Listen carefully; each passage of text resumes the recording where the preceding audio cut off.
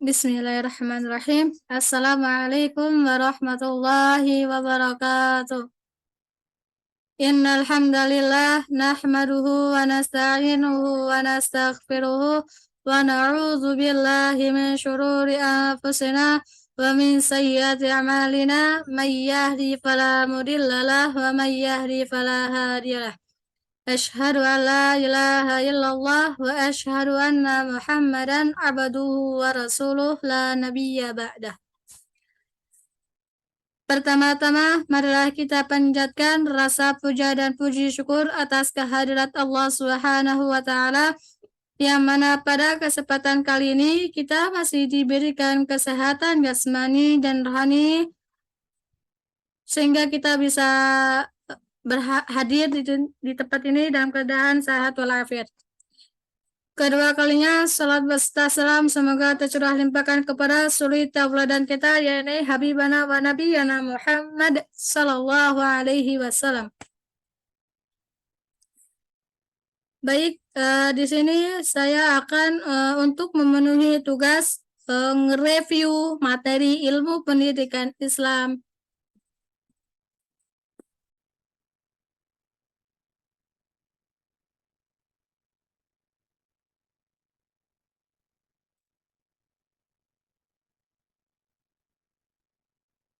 Yang konsep dasar ilmu pendidikan Islam. Ilmu pendidikan Islam adalah disiplin ilmu pendidik yang berlandaskan ajaran Islam, yang teori dan konsep-konsepnya digali dan dikembangkan melalui pemikiran dan penelitian ilmiah berdasarkan tuntunan dan petunjuk Al-Quran dan As-Sunnah.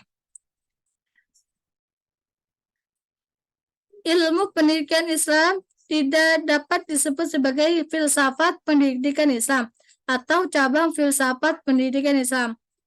Karakteristik dan ilmu pendidikan Islam ditegakkan atas dasar prinsip keilmuan sebagaimana disiplin ilmu lainnya yang memiliki objek yang jelas, logis, memiliki struktur yang sistematis, memiliki metode yang spesifik, serta memiliki evidensi empirik dan yang secara kumulatif akan terus berkembang.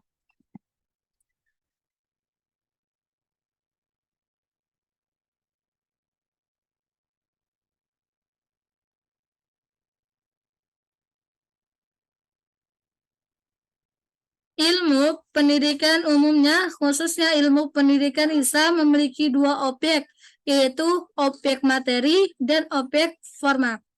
Apa sih yang dimaksud dengan objek materi? Objek materi adalah manusia yang sedang berkembang, yaitu manusia yang sedang mengalami pertumbuhan di dunia ini yang didasarkan pada pandangan Islam sesuai konsep al-mahdi ilalahdi. Sedangkan objek formanya adalah upaya-upaya yang dapat dilakukan oleh ilmu pendidikan Islam dalam memberikan jawaban atas problema manusia sebagai makhluk pendidikan Islam.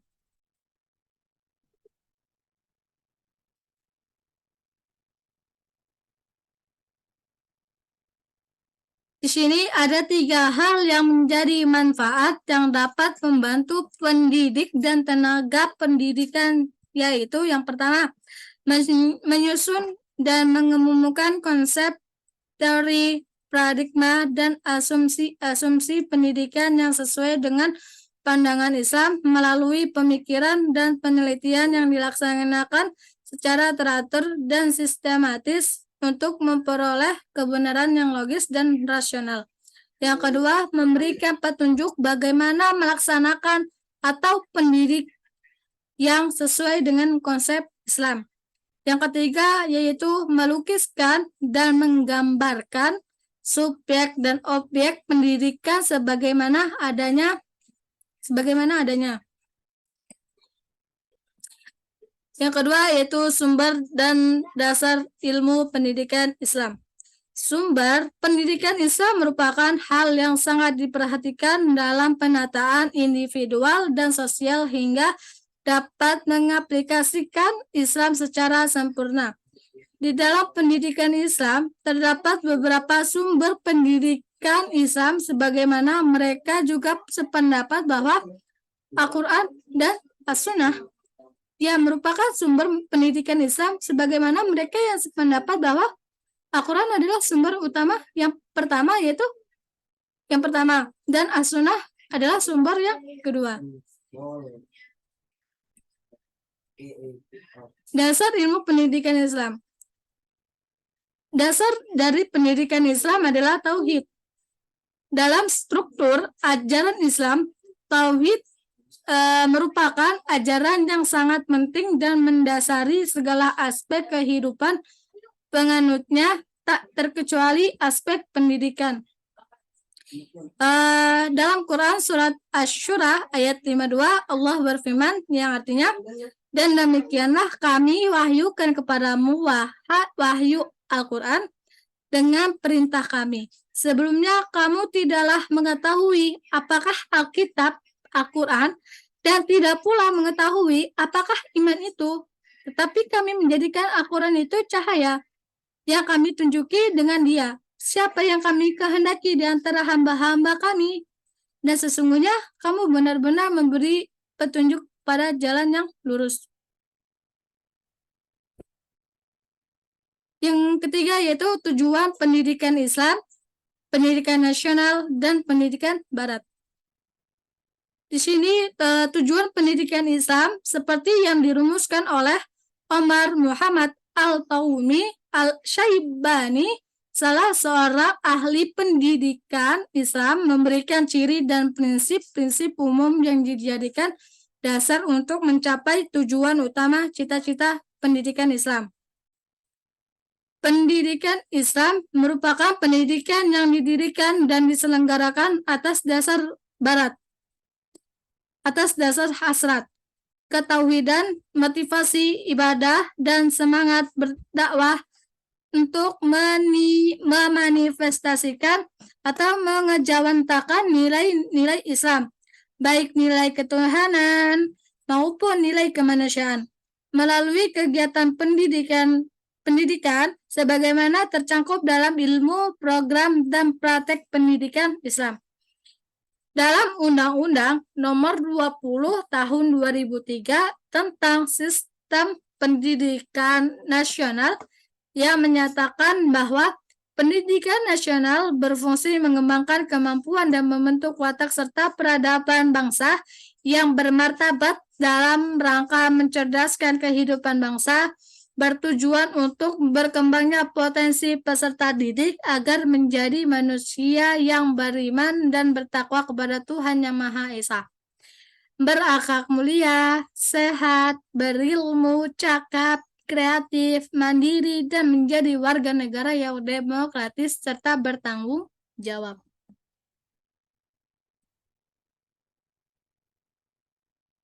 Tujuan pendidikan barat yaitu cukup pragmatis. Pendidikan diarahkan untuk melahirkan individu-individu pragmatis yang bekerja untuk meraih kesuksesan materi dan profesi sosial yang akan memakmuran diri, perusahaan, dan negara, tidak melihat untuk apa selanjutnya.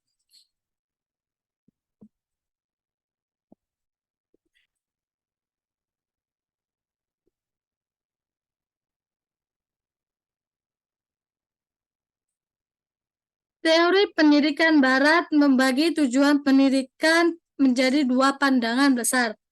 Yang pertama, society-centered, yang melihat pendidikan sebagai kendaraan untuk menciptakan warga negara yang baik. Argumentasi dari pendekatan ini karena manusia adalah makhluk sosial dan pengetahuan itu dikonstruksikan oleh lingkungan, maka pendidikan harus mampu mempersiapkan manusia agar memiliki peran dan beradaptasi dengan baik dalam lingkungannya. Yang kedua yaitu child atau person-centered position, yaitu yang lebih menekankan kebutuhan, kemampuan, dan ketertarikan dari si murid itu sendiri. Dari pendapat di atas dapat disimpulkan bahwa tujuan pendidikan Barat yaitu menciptakan makhluk sosial dan berpengetahuan tinggi untuk kemakmuran hidup manusia masa sekarang dan yang akan datang, mencakup kebebasan dan kegemaran untuk mendorong manusia menitik beratkan kepada kemampuan diri dalam memenuhi kebutuhan hidup.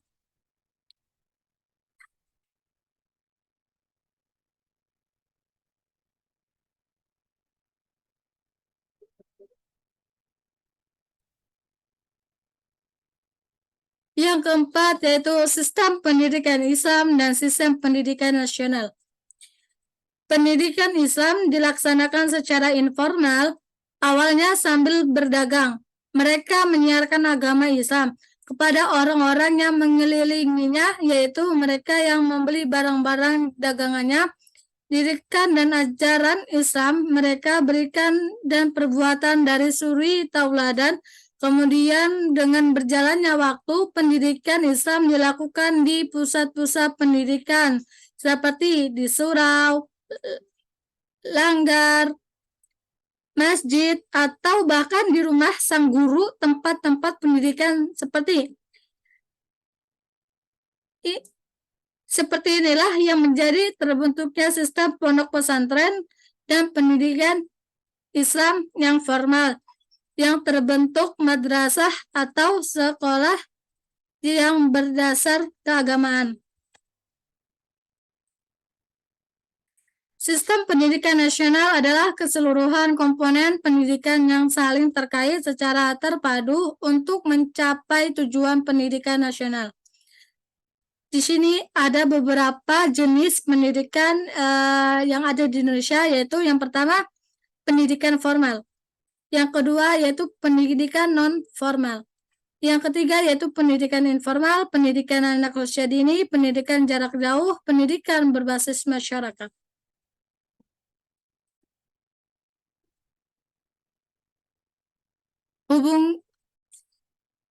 Hubungan pendidikan Islam dan pendidikan nasional. Hubungan pendidikan Islam dan pendidikan nasional keduanya mempunyai hubungan yang sangat erat. Dalam hal ini dikaitkan dengan konsep penyusunan sistem pendidikan nasional tersebut. Sesuatu sistem pendidikan nasional harus mementingkan masalah berkembangnya umat manusia pada umumnya dan perkembangan bangsa Indonesia khususnya dalam hubungan masa lalu, masa kini, dan kemungkinan berkembangnya di masa depan. Dari bunyi Undang-Undang Nomor 22 Tahun 1989 beserta peraturan yang menyertai jelas bahwa pendidikan agama Islam adalah kurikulum wajib bagi yang harus diberikan. Jika pendidikan agama Islam tidak diberikan, berarti tujuan pendidikan nasional tidak akan pernah tercapai secara maksimal karena ada sebagian siswa khususnya yang berada pada satuan pendidikan tertentu tidak mendapat pendidikan agama Islam.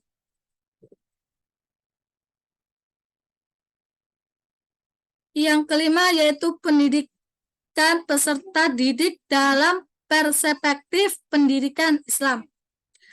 Peserta didik adalah seorang individu yang tengah mengalami fase perkembangan atau pertumbuhan baik dari segi fisik dan mental. Peserta didik menurut ada beberapa ya. Peserta didik menurut sudut pandang pendidikan Islam, yaitu yang pertama muta'alim. Yaitu muta'alim itu orang yang sedang diajar atau orang yang sedang belajar. Yang kedua yaitu mutarabbi, orang yang didik, orang yang diasuh. Mutarabbi adalah lawan dari definisi murabbi, yaitu pendidik, pengasuh, sedangkan mutarabbi yang dididik atau diasuh. Yang ketiga yaitu muta'adib, orang yang diberi tata cara, sopan, santun, atau yang dididik untuk menjadi orang yang baik dan berbudi. Menurut Abraham Maslow, Terdapat 5 hierarki kebutuhan dan dikelompokkan dalam 2 kategori. Yang pertama, kebutuhan tahap dasar basic needs yang meliputi kebutuhan fisik, rasa aman, dan terjamin cinta sosial dan harga diri. Yang kedua yaitu meta kebutuhan. Meta atau disebut meta needs meliputi apa yang terkandung dalam aktualisasi diri, seperti keadilan, kebaikan, keindahan, keteraturan, kesatuan, dan lain sebagainya.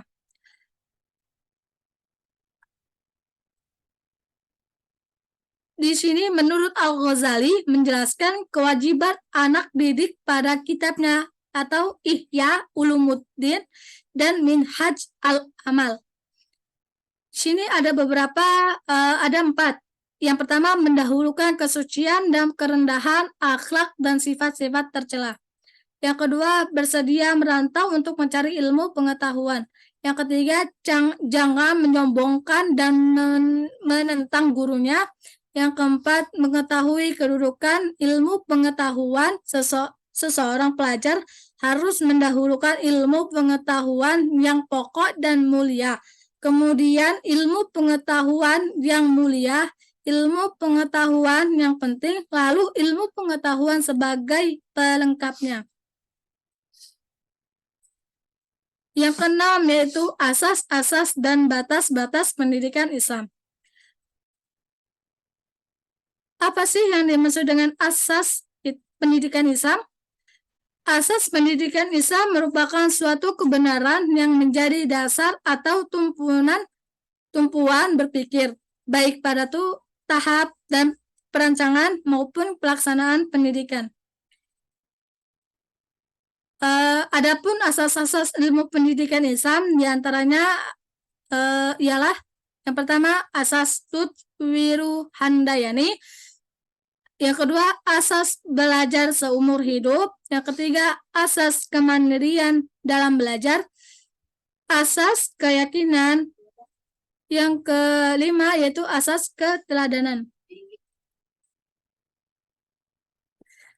Batas-batas artinya yang menjadi ruang lingkup, yang menjadi landasan, dasar-dasar, ataupun batasan serta sumber dari pendidikan Islam.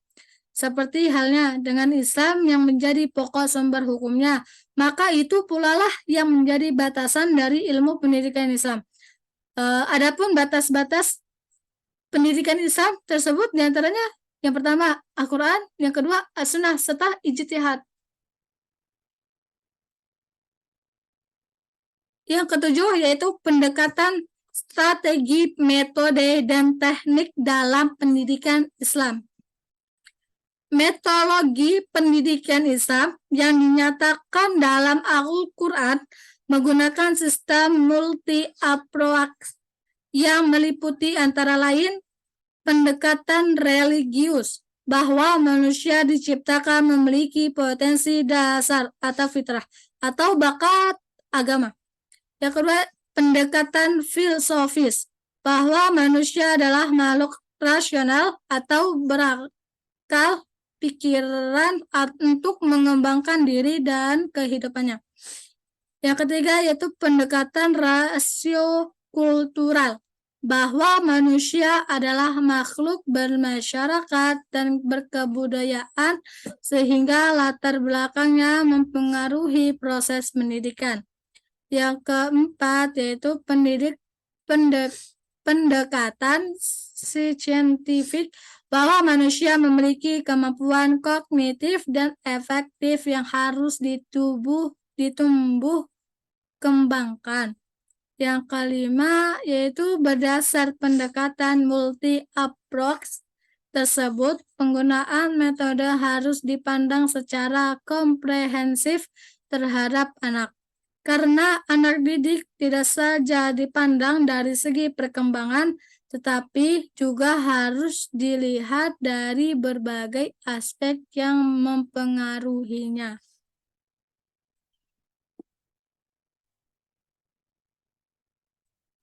Pendekatan.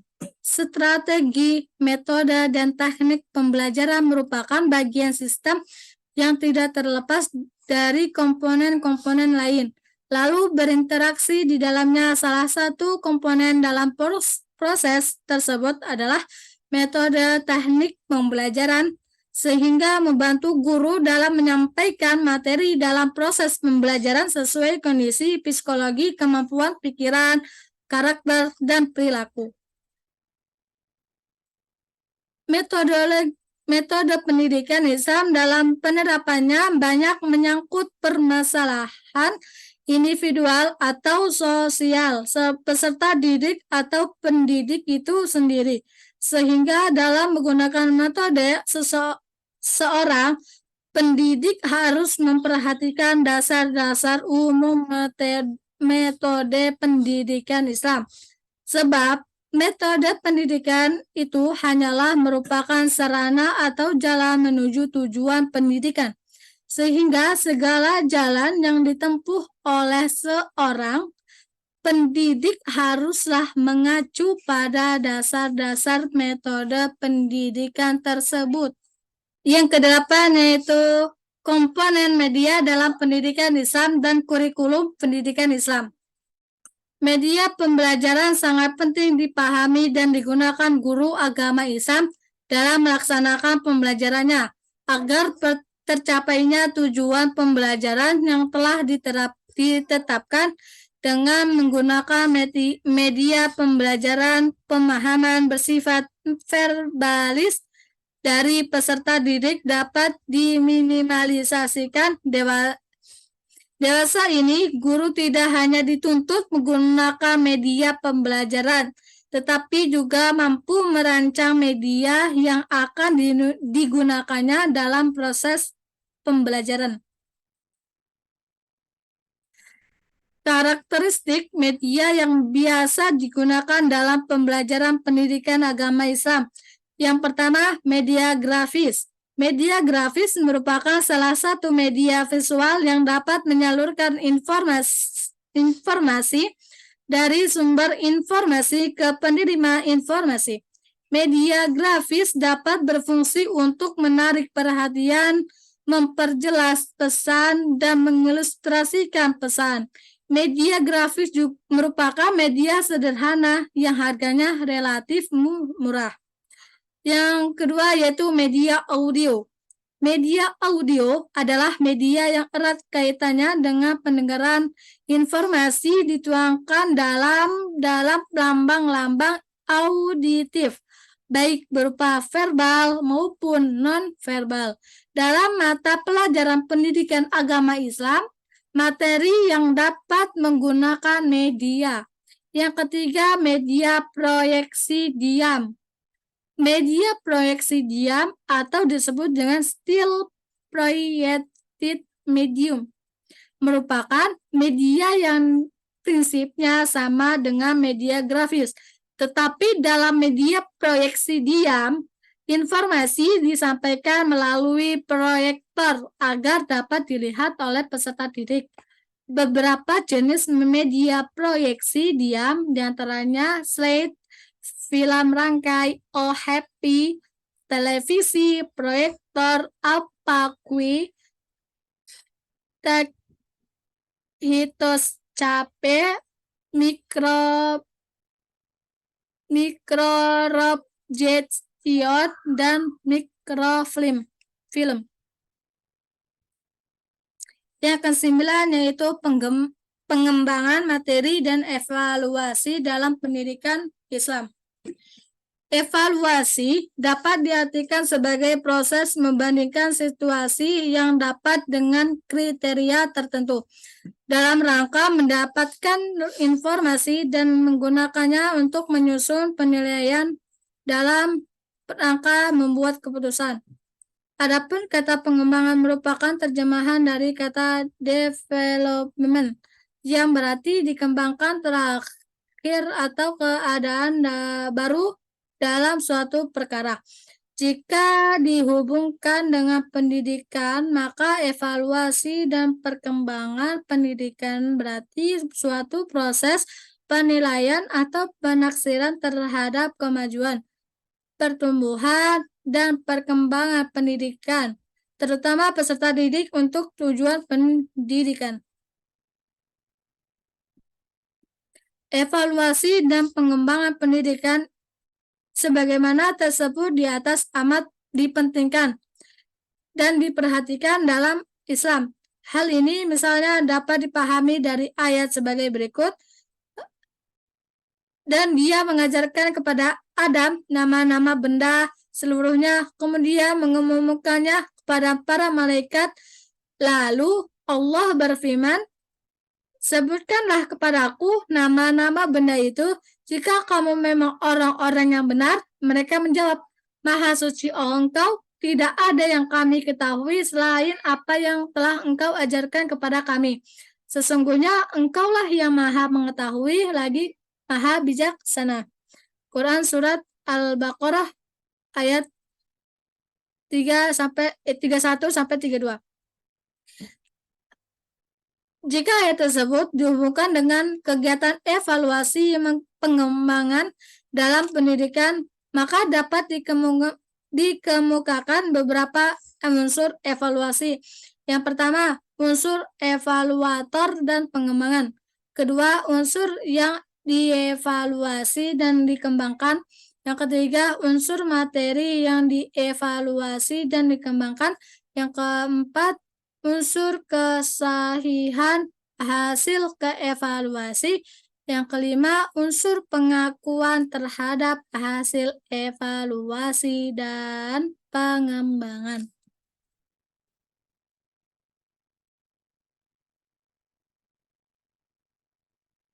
Yang kesembilan, tanggung jawab dan penanggung jawab dalam pendidikan Islam. Dalam konteks pendidikan Islam, tanggung jawab diterapkan dengan memastikan bahwa semua pihak yang terlibat dalam proses pendidikan, baik guru, siswa, maupun orang tua, memahami dan melaksanakan tugas dan tanggung jawab mereka dengan baik.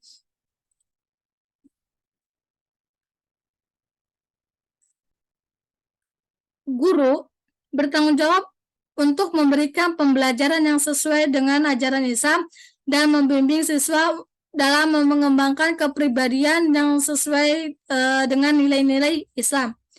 Siswa bertanggung jawab untuk belajar dengan sungguh-sungguh dan mengamalkan nilai-nilai Islam dalam kehidupan sehari-hari. Orang tua bertanggung jawab ya untuk mendukung dan mengawasi pendidikan anak mereka sesuai dengan ajaran Islam. Dengan menerapkan konsep tanggung jawab ini, diharapkan pendidikan Islam dapat berjalan dengan efektif dan efisien, sesuai dengan tujuan yang diinginkan. Yang ke-10 yaitu sistem pendidikan Islam di Indonesia dan problematikanya. Sistem pendidikan Islam umum yang digunakan dalam pendidikan Islam yaitu tarbiyah atau pengetahuan tentang Arab, taklim, ilmu teoretik, kreativitas, komitmen tinggi dalam mengembangkan ilmu, serta sikap hidup yang menjunjung tinggi nilai-nilai ilmiah. Ta'dib itu integrasi ilmu dan amal. Pendidikan tradisional dan pendidikan modern sebagai akibat dari usaha-usaha pembaharuan pendidikan Islam yang dilaksanakan dalam rangka untuk mengejar kekurangan dan ketinggalan dari dunia barat dalam segala aspek kehidupan. Maka terdapat kecenderungan adanya kedua dalam sistem pendidikan umat Islam.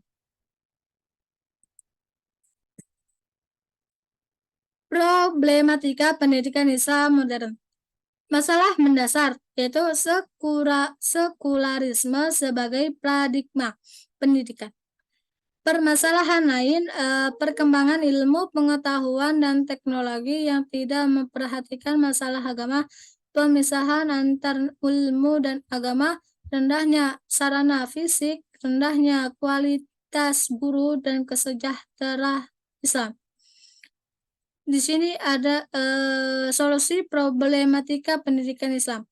Solusi problematika mendasar sekularilisme sebagai paradigma pendidikan penyelesaian problem mendasar tentu harus dilakukan secara fundamental.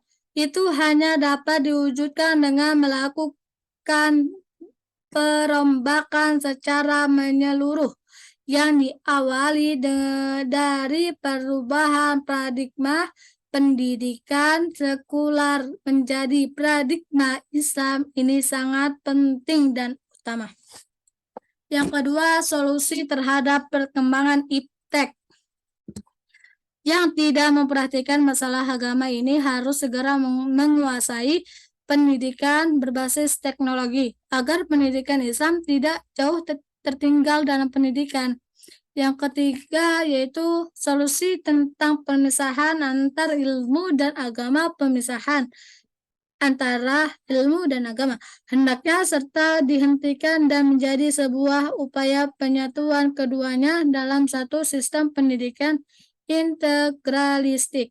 Yang keempat yaitu rendahnya sarana fisik, rendahnya kualitas guru, dan kesejahteraan guru, yaitu pertama, solusi sistematik, yakni solusi dengan mengubah sistem-sistem sosial yang berkaitan dengan sistem pendidikan Islam. Kedua, solusi teknis, yakni solusi yang menyangkut hal-hal teknis yang berkaitan langsung dengan pendidikan Islam.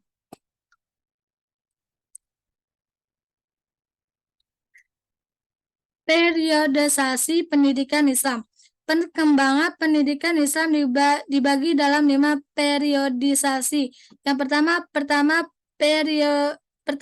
periode pembinaan pendidikan Islam pada masa Nabi Muhammad SAW.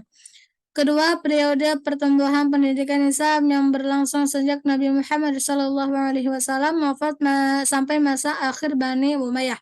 Ketiga, periode kejayaan atau puncak perkembangan pendidikan Islam yang berlangsung sejak permulaan Daulah Abbasiyah sampai jatuhnya Baghdad.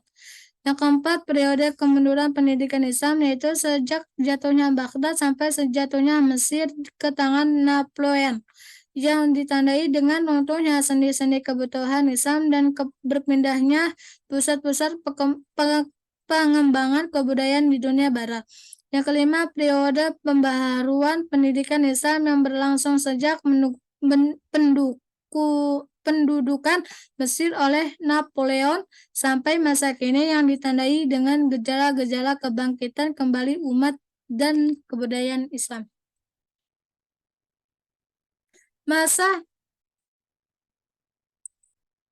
Masa kejayaan pendidikan Islam ini terjadi pada masa dinasti Abbasiyah yang berpusat di Baghdad yang berlangsung selama kurang lebih 5 abad 750 sampai 1258 Masehi.